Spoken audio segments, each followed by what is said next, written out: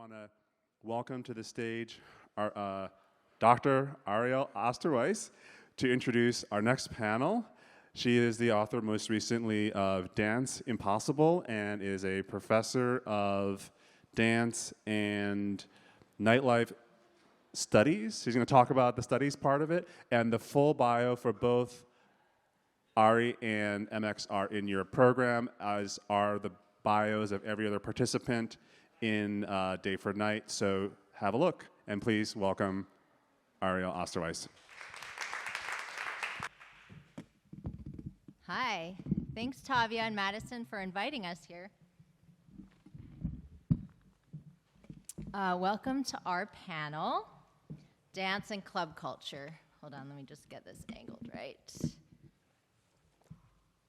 It would be remiss of us not to take note of the space we currently inhabit, namely the Park Avenue Armory, and its history of both militarism and cultural elitism. According to the website, quote, "The Armory was built by New York State's prestigious 7th Regiment of the National Guard, the first volunteer militia to respond to President Lincoln's call for troops in 1861. Members of what was known as the Silk Stocking Regiment included New York's most prominent Gilded Age families, including the Vanderbilts, Van Rensselaers, Roosevelts, Stewarts, Livingstons, and Harrimans. It was built as both a military facility and a social club. I share this description because there's perhaps no more fittingly charged space for us to discuss movements and shifts of dance from club culture to the proscenium stage and back, as dance, like militarism, relies on techniques of the body, training, and discipline in the service of war or art. Michel Foucault has written about what he calls the docile body, the trainable body of the soldier in the service of the state. So what better place than the Armory, especially on the heels of Sharon Eyal's evocative, immersive performance of what some of us saw as gorgeously eroticized and aestheticized dance battles, to think through the idea of the corps de ballet, the military corps, troops of soldiers, and the dance battle in and out of context. After a little bit of story time, MX and I will be in dialogue about dance in various spaces and framings, from the underground to the institutional and street styles and their relationship to concert dance. I'm going to read a little story called Skipping the Line. As we read academic writing, we find affinity when we least expect it. As a queer, mixed-race, accidental academic who finished college and grad school after 15 years of dancing professionally in New York and abroad, I can only think of a few moments when I felt seen, that I could identify with the contents of a book or a television show. The first TV show that spoke to me, since there definitely weren't any shows about half Koreans, was Ab Fab. You may recall Absolutely Fabulous's champagne-drinking, fashion show attending Adina Monsoon and her partner in crime, Patsy Stone. Well, imagine Adina as a globe-trotting Korean woman, only ever dressed in black yoji. And there you have my mother. Suno was her name. You may also recall Adina's nerdy daughter, Saffron, who does charity work in Uganda and is likely an anthro major. Indeed, I was Safi to my mother's Adina. Why do I bring this up? Well, reading Madison Moore's book, Fabulous, besides the incredible experience I had reading Anne Lin Cheng's book on racial melancholia, was one of the only times I felt so close to the content of scholarship or popular culture. My mother truly manifested a point that Madison raises in his book, which is that fabulousness lives dangerously close to pain. Without getting into the weeds of my mother's Korean War trauma or her growing up Korean in Japan, or being a frustrated avant-garde fashionista in the provincial Patagonia fleece-loving village of San Francisco, California, I share all this with you to give you a little context for an especially formative night in my development as a pressured yet resilient human being. Now imagine Adina, Patsy, and Saffron, but Asian. My mom, Suno, is Korean. She's Korean Adina. My godmother, Catherine, is Chinese Patsy. And I'm mixed kid Safi. I'm 16 and have been dragged to Paris by my mom and Catherine as a distraction from my parents' heinous divorce and process. Naturally, after dining in the best sushi bar in Paris, my mom takes me to the club. Which club? I have no idea.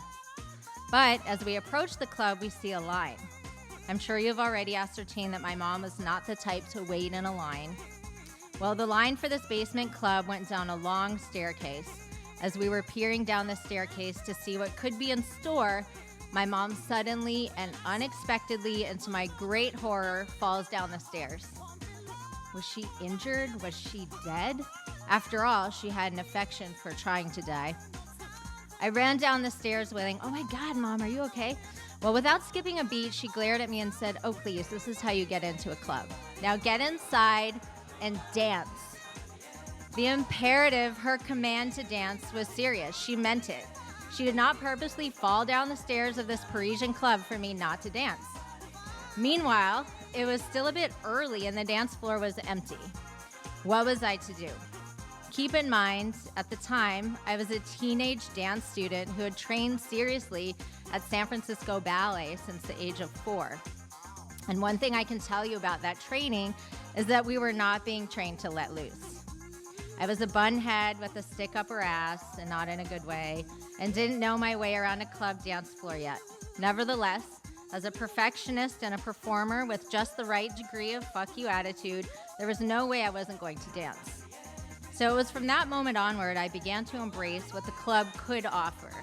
The ability to simultaneously shine under a spotlight and hide in the shadows of the beat, to be exposed but go completely internal, all cloaked in a blanket of relentless sound. Sound that was louder than my mother's demanding, judgmental voice, louder than my insecurity, and louder than the gatekeepers of classical ballet telling me what was or wasn't real dance. So fast forward a few years to New York City. By this point, I had moved away to train at Alvin Ailey full-time, where I was a scholarship student at the school just after Alvin's death from AIDS. I was training to be a contemporary dancer and emulated Ailey company dancer Desmond Richardson. In fact, my book on Desmond and virtuosity was recently published. At Ailey, I was taking daily classes in ballet, Martha Graham technique, and Lester Horton technique, and would rehearse and perform in the evenings. Interestingly, we had no classes in improvisation or choreography. We were training to be dancers with a capital D.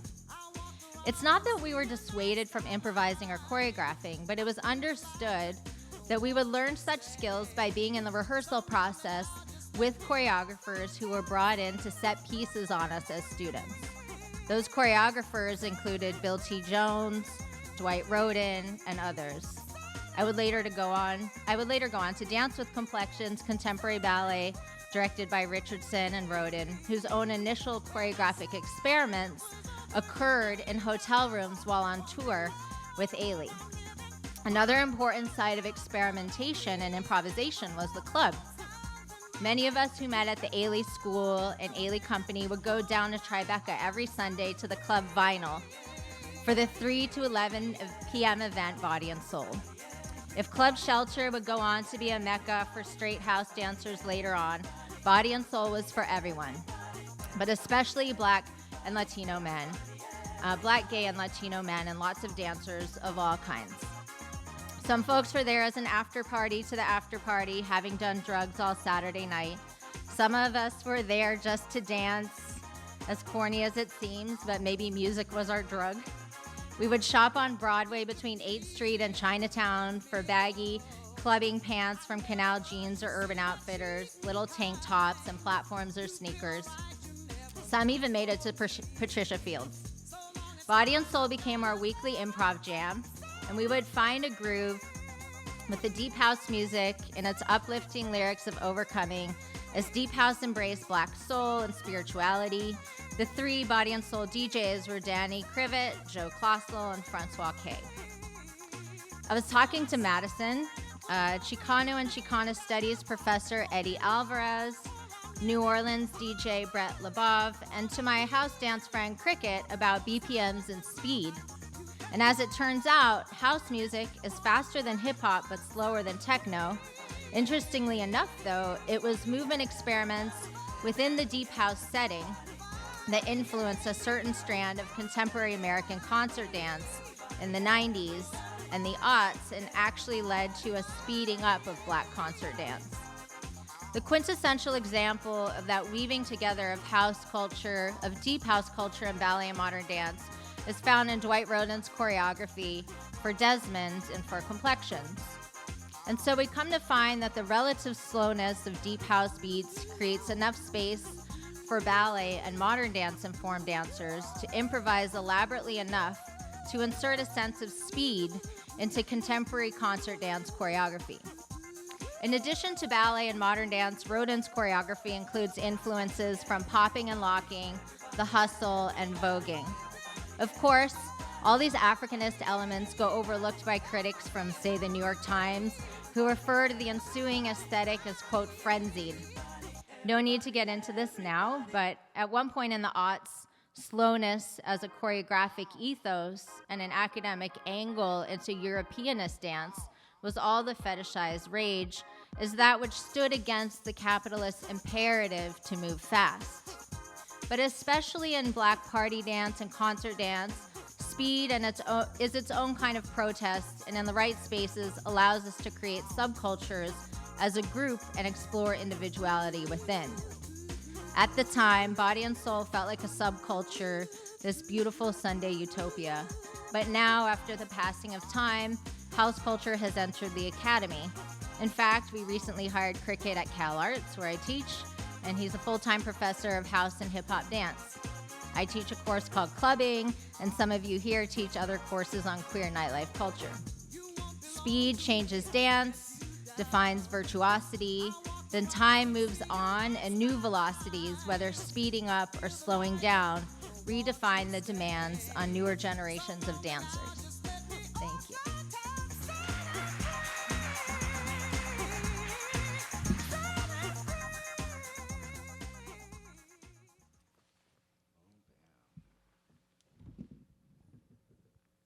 Hello. Yes, there it is. Hi, how's it going? Thank you for that. Hello.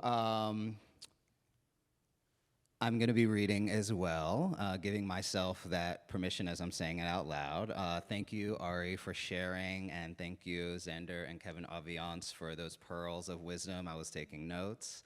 And thank you to Madison and Tavia and the Armory for having us here.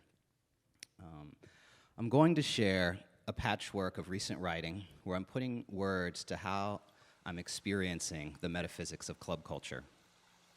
One piece is for a hip-hop studies journal about the b-boy, the DJ b-boy shared understanding of time, and the other is about raving and how we can use the multi-sensory feast of the club as a place to train the mind. The screens will have visuals from creative projects to provide some embodied reflections for this theoretical framework.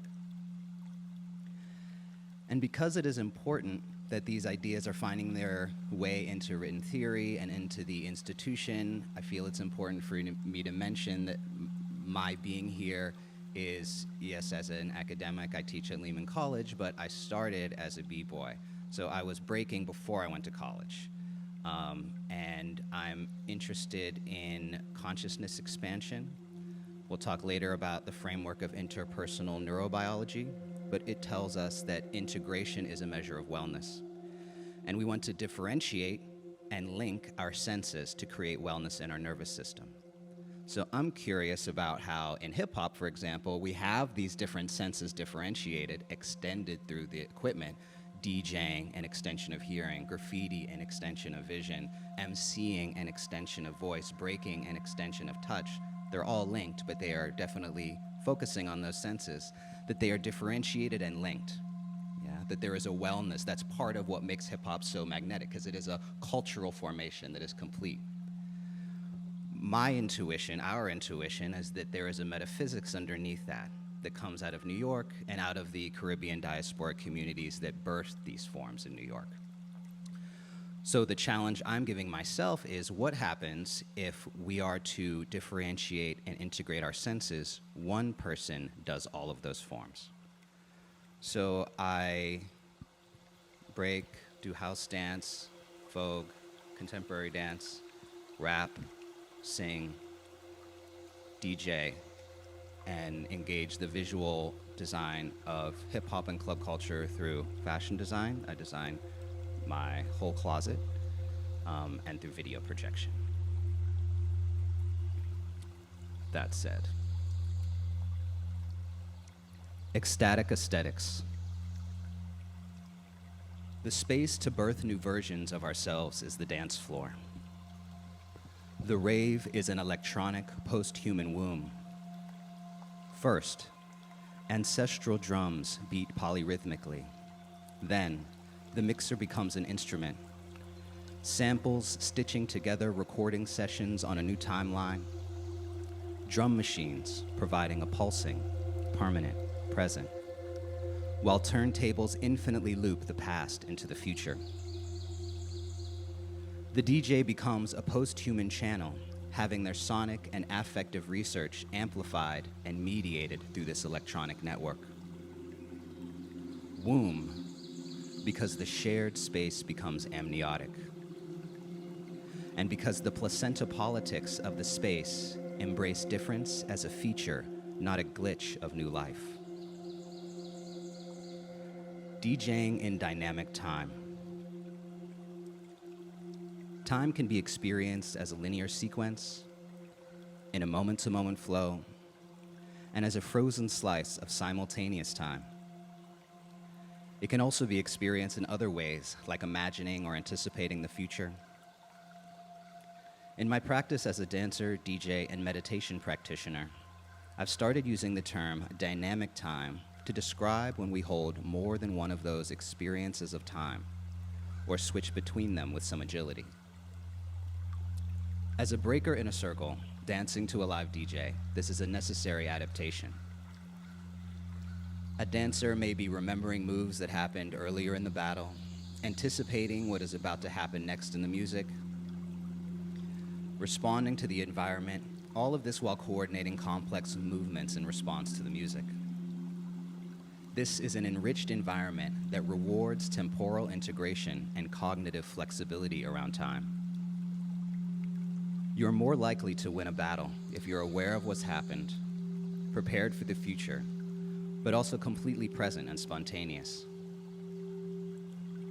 Is this combination of those environmental pressures what create this emergent experience, dynamic time, that combines more than one flavor of time? Dynamic time is seen whenever time is being manipulated as a medium.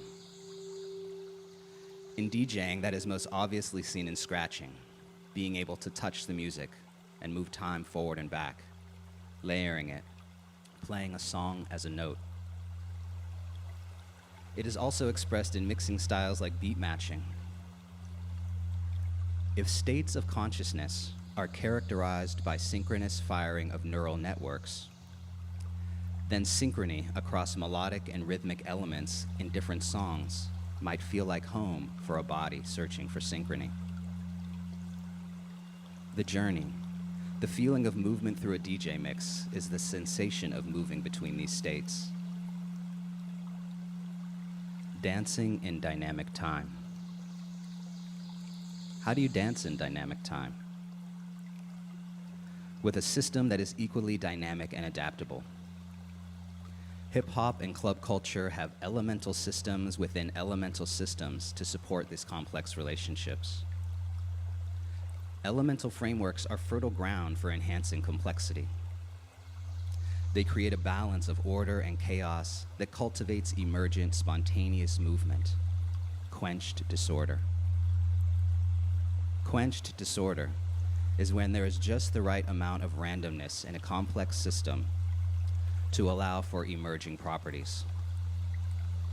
In breaking, the elements include top rock that happens upright, floor work that happens close to the ground, power moves, creative acrobatics, and freezes. Each element is itself a hybrid of influences from earlier dance styles done with a new flavor or with a new innovative vocabulary. The breaker, the b-boy, b-girl, has a name with several derivations. Someone who is at a breaking point, who snaps, who dances on the breakbeat, who's a bad boy, a bad girl. Dancing on the break means dancing in dynamic time.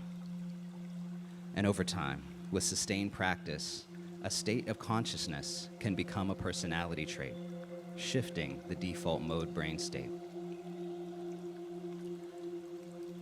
Just like DJing can have a meditative aspect, as the DJ must maintain a consistent flow of awareness on the music, breaking can have a meditative aspect in an even more condensed framework of time.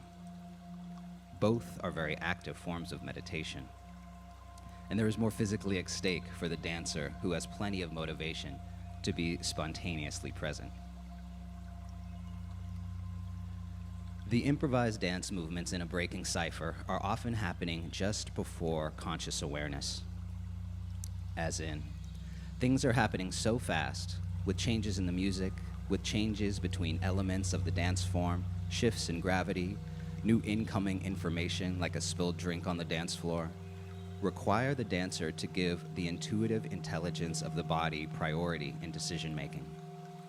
Of course, movement is conscious and volitional to some degree, but the hottest, most electric moments, the most on-beat, in-time moments, are done with a speed and responsiveness just faster than our conscious awareness.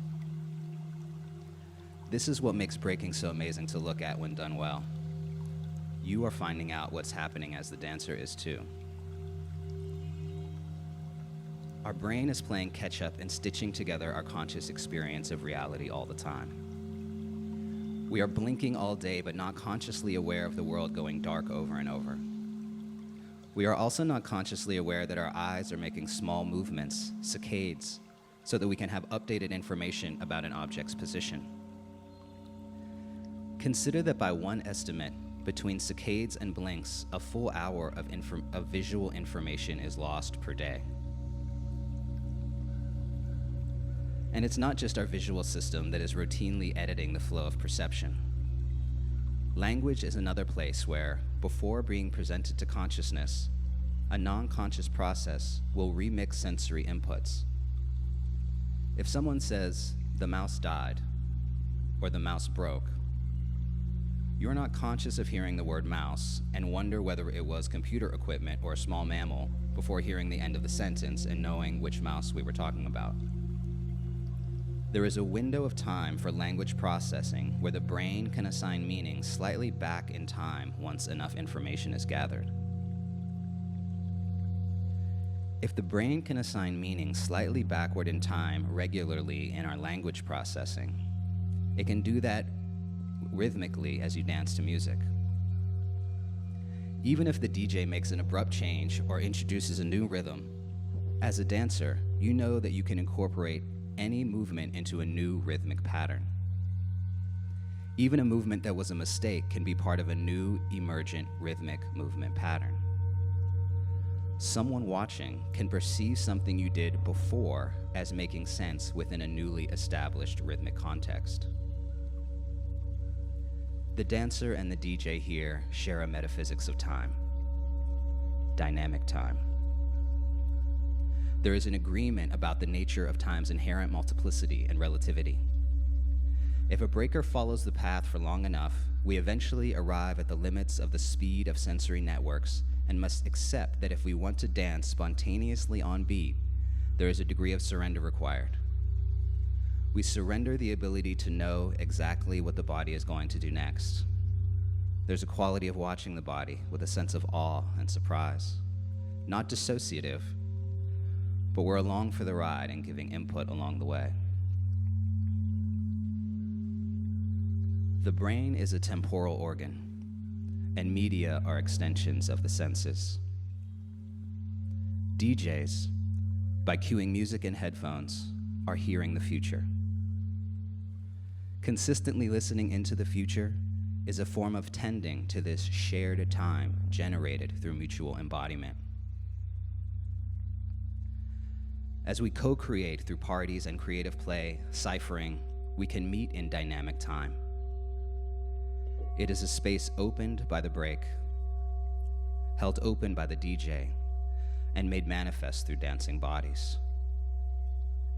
It is a cognitive, temporal flexibility that is a gift of sustained practice.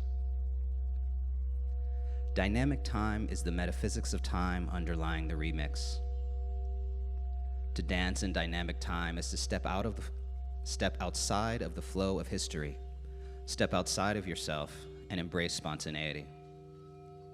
To move beyond the trends of the moment and manifest your unique style, the offering that you have been cultivating.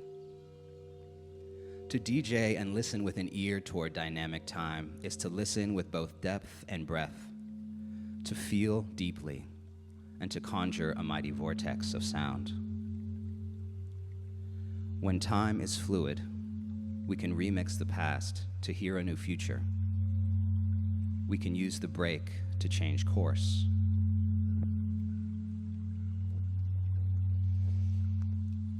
Mind training on the dance floor.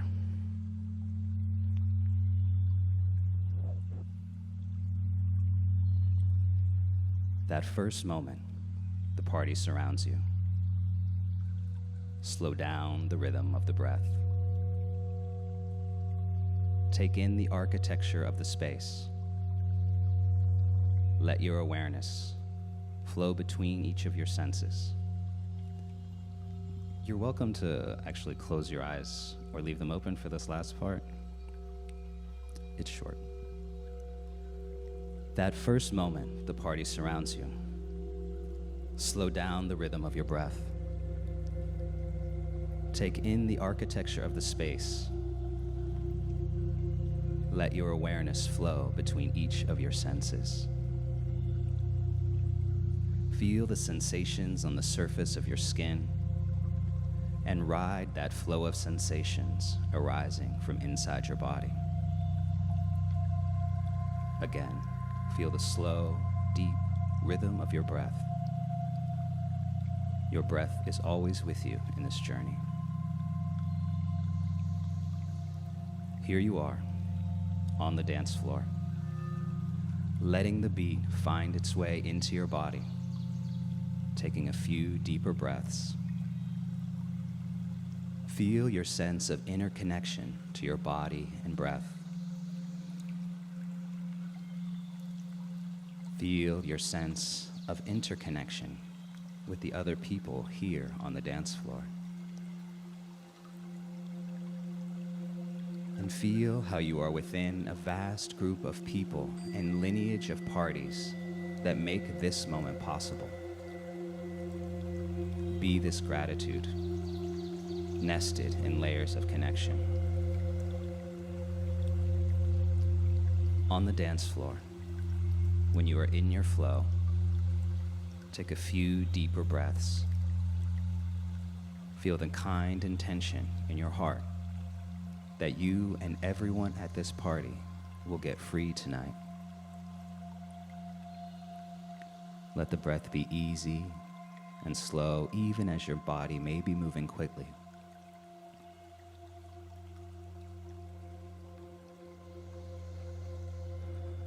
Good. And again, notice the flow of your senses. All of your senses. We have way more than 5. And softly focus your awareness on the space just before the senses arise, the very edge of that wave. Take refuge here. Breathe deeply as you dance on the wave of the senses arising. Be this space.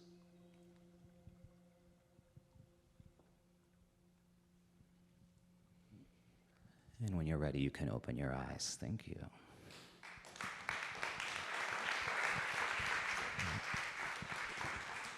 And the QR code here is to a page on my website where you can listen to a guided meditation, mind training on the dance floor. that can take you through that process. And there's also some more writing, and you can get some of the fashions if you wanted to get you a little something. Yes, thank you so much, MX. Thank you. Your writing's so beautiful, and it's, you're doing the impossible. And I think that's why I love dance studies, because it's almost impossible to sort of translate the sensory and the kinesthetic into words. Yeah. And so I know we were talking yesterday about temporality. I'm really interested in your ideas of dynamic time. Really incredible. And we were talking about sort of daytime studio training, bleeding into evening performance hours, and those sort of performance hours being something between a kind of gathering of technique and the letting go that can happen after midnight in the club.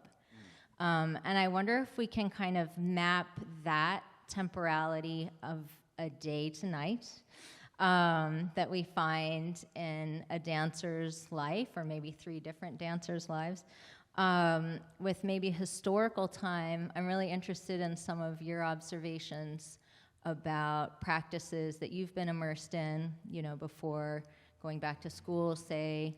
I also danced before going back to school, but before having discourse for what I was doing.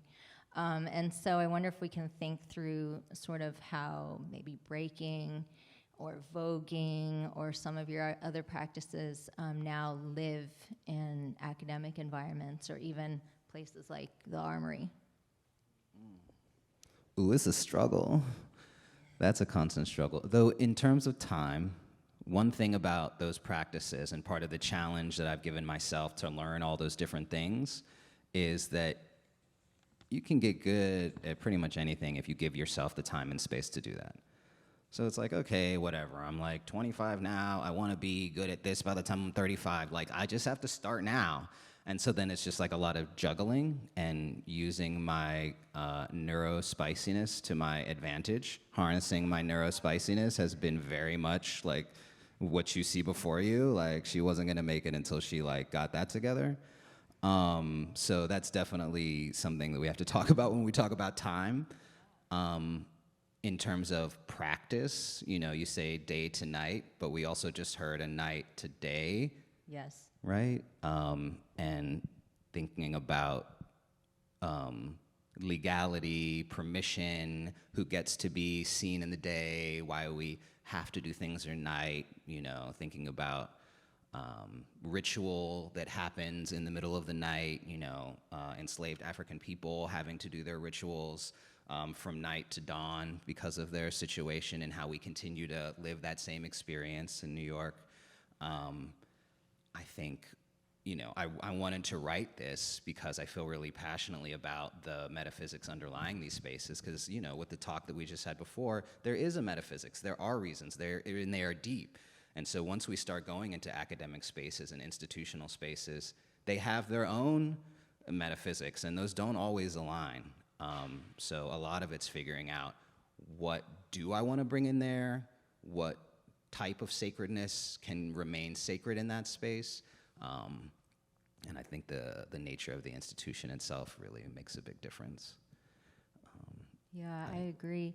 And I love the way your work touches on the conscious and the unconscious, and how that kind of can be mapped onto, once a dance form becomes institutionalized, it goes from being beautifully illegible to legible, for better or worse. Or it has to be put into a sort of legibility in order to be taught. So I remember when you couldn't take a class in voguing, and then at one point, I think it was maybe after the 90s, just after the 90s, you could take a class in voguing at Perry Dance. I don't know if anyone remembers that moment. And now we expect all our students better be amazing voguers, if they're going to quote unquote get a job, for example. So I'm interested in how you're able to talk about the unconscious and metaphysics in an academic environment. And it's so interesting to me, because I was trained at a time where we didn't take courses in anatomy or somatics We were taught a lot with sort of visual imagery, and I'm talking about the Martha Graham School, Avenali School. We just had these kinds of visual images that were relayed to us by our teachers, even narratives. But I still have never studied anatomy or too many somatics, which all my students, of course, must study at Cal Arts. And so I feel like you're in a kind of new wave of dance pedagogy. Your students are so lucky. And so, yeah, I'm wondering how that's embraced by the institution and what you are able to offer your students. My journey included a beginning of study of subtle energy and meditation at the age of 17 because of the influence of my mother. So I was studying subtle energy anatomy while I was in college outside doing like advanced energy work classes, and really interested in how that was making sense with the street styles that I was doing. And in my undergrad, I studied dance and religion. So I was in the religious studies context looking at mysticism. That's where we can look at what's secret and not secret. So that's where I look for models of how we talk about things, and depending on your degree of practice, you're gonna hear different things out of the things I just wrote and read. The DJs and the dancers are nodding at times when some of y'all aren't nodding, right? Because they just be knowing stuff. So as we start to talk about institutions, like, do I need to bring that secret information there? Often it's much more structural. It's much more like, this needs to be a requirement, not an elective. That's often the conversation I'm having. And, the usual white supremacy conversations. And then, to use the technologies of language, the technologies of rapping and of metaphor and of language deconstruction and reconstruction is the only way that we're going to be able to continue to talk about and preserve those types of wisdom from their own cultural context. And you're on that struggle too, or on that front line. And I'm curious about my notes. I'm really curious about my notes right now. And as you're thinking about time and temporalities in the club, I know you're also teaching a course about club culture. What gets lost or gained as we bring these different practices into the space? And because we feel there is a value there, we're doing it, but then we also feel scared. So what are some of those things that come up for you as you're bringing it into the institution, especially around this idea of time and timeliness and like what people really need to be getting out of that? Yeah, I'm in a really, we have to finish up really soon. I'm in a unique situation because I teach in an art school at Cal Arts. And so usually dance is sort of the bottom rung of all the arts because it is embodied and it is hard to translate and it is so ephemeral, supposedly, to some people. And so, however, if the arts are typically at the bottom rung of a university environment, it's nice to be in a place where the arts are celebrated. So, when I teach a class like clubbing or the extreme body and performance or whatnot, people are excited about it and it becomes a site of interdisciplinarity, and students do collaborate, which is exciting. But yes, I think, it was really so easy yet so difficult to get Congolese dance, African dance as a required course for our students. But we did. It was amazing how simple it was, but they were trying to do it supposedly for 30 years. Anyway, so things like that, typical. But we did get assigned to rap, so I wonder should we take a couple questions from the audience?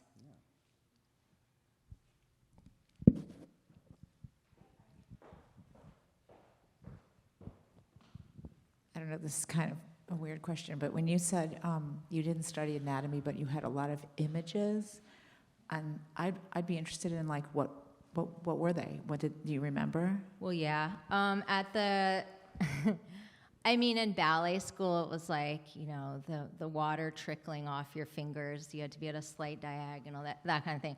Or like you're holding a big beach ball. At the Martha Graham School, it was like super intense feminist Greek mythology. And so, like Jocasta, and, this movement relates to that because Martha Graham's technique came out of her repertoire.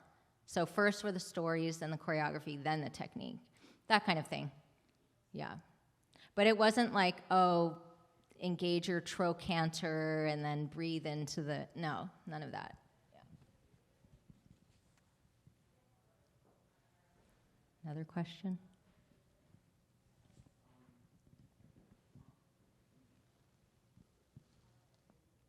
There we go. My name is Brendan. I do a lot of yoga, and it sounds like there's a lot of overlap in terms of like meditation and mind-body connection and, learning to control the mind through the body with dancing and clubbing, I guess. Is that something you guys have thought about? Maybe like sort of like Buddhism and those like, I don't know, what Eastern religions, I guess? Yeah.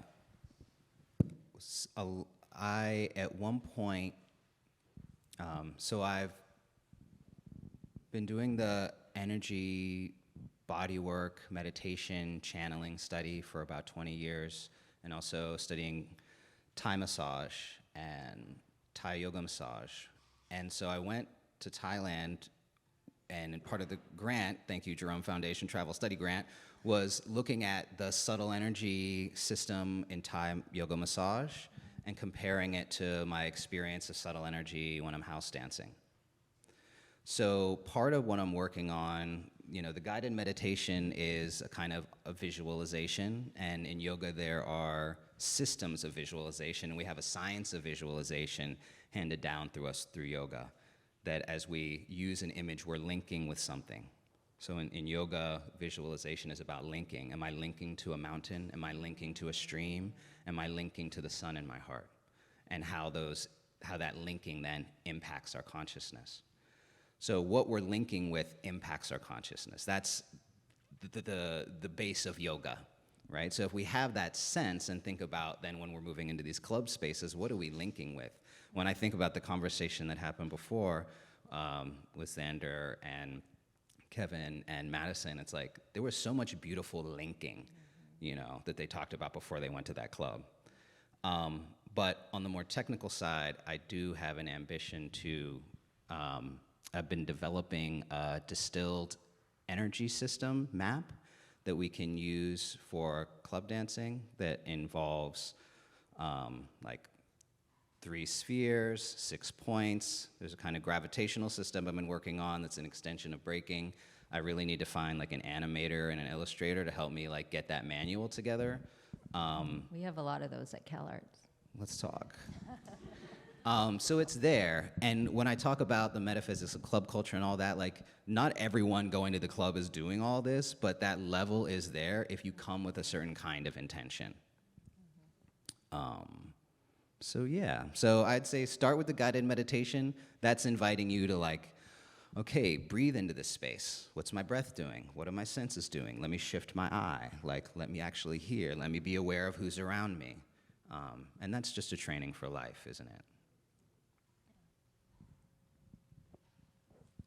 Thank you. I think we need to wrap up now. Oh, you have one more? Just what you shared? Oh, hi. What you read and what you shared really felt like that felt very much like how the visceral experience that I felt Friday night when we were at the performance. This participation and this also somewhat of a being complicit and also being part of the makers of this, whatever the level of that movement ended up to be. It became something else altogether. What the performance was doing, there was this real kind of incredible language, but the participation in that, or the reverberation that then led to this larger ecosystem, felt like incredible. So I just loved what you wrote. what you read and what you wrote. Thank you. And I love that. It's almost like an affirmation. A party is an affirmation of our interconnectedness. It's like brings it even into higher relief. We're like, of course we're connected. Of course it matters how we show up. It's also, exactly, it is generative. The next thing I'm working on is a piece about imagination as a sense, right? Just like our senses, that actually that was an environmental pressure that developed. So anyway, this kind of like continuous creation is now we're getting into metaphysics. Exactly, that's what we're talking about. Yes. All right. Let's all shimmy on that. All right. Thank you.